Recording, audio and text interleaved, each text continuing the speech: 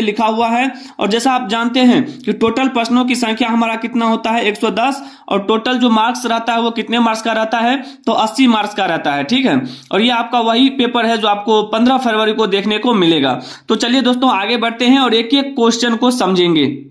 आइए दोस्तों, section A में हमको जो दिया है पहले उसको समझ लेते हैं। देखिए सबसे पहले आप जानते हैं कि टोटल जो ऑब्जेक्टिव 80 क्वेश्चन रहता है, ठीक है, और इसमें से आपको केवल 40 प्रश्न ही बनाना है, वो भी आपको ओएमआर सीट में। क्लियर है ना, ये चीज आप लोगों को पता होना चाहिए। चलिए दोस्तों सबसे पहले क्वेश्चन की ओर बढ़ते हैं और एक एक क्वेश्चन को अपने अंदाज से और अपने तरीके से बताएंगे। केवल वीडियो को देखते रहिए और 15 फरवरी को साइंस के पेपर को लहरा देना है, झंडा गाड़ के आना है साइंस में। ठीक है दोस्तों, तो जो स्टूडेंट अभी तक साइंस में कुछ भी नहीं पढ़े हैं, आ जाइए मेरे साथ जुड़ जाइए और एक एक क्वेश्चन को कीजिए और सही ढंग से पढ़ लीजिए। देखिए किस तरह से 15 फरवरी को आप क्वेश्चन को धुआंधार छुड़ा के आते हैं। तो चलिए दोस्तों क्वेश्चन नंबर 1 से श्री गणेश करेंगे। अगर किसी भी क्वेश्चन का आंसर पता हो तो कमेंट बॉक्स में जरूर कमेंट कीजिएगा।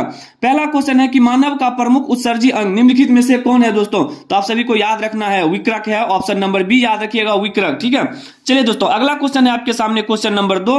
बोला गया है निम्न में कौन पिट्यूटरी ग्रंथि से स्रावित होने वाला हार्मोन है? तो दोस्तों आप सभी को याद रखना है वृद्धि हार्मोन जो होता है पिट्यूटरी ग्रंथि से स्रावित होने वाला हार्मोन होता है, ऑप्शन नंबर सी याद रखिएगा। ठीक है, चलिए आगे बढ़ेंगे।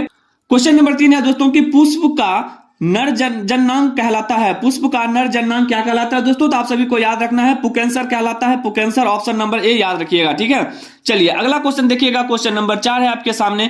बोला गया है कि द्विखंडन होता है। दोस्तों द्विखंडन जो है वो किसमें होता है? तो आप सभी को याद रखना है अमीबा में भी होता है, पारामीशियम में भी होता है, लिस्मानिया में भी होता है, इनमें से सभी आपको याद रखना है। ठीक है, तो द्विखंडन जो है ये तीनों में होता है, इसीलिए ऑप्शन नंबर डी आपका बिल्कुल राइट आंसर होगा। चलिए आगे बढ़ेंगे।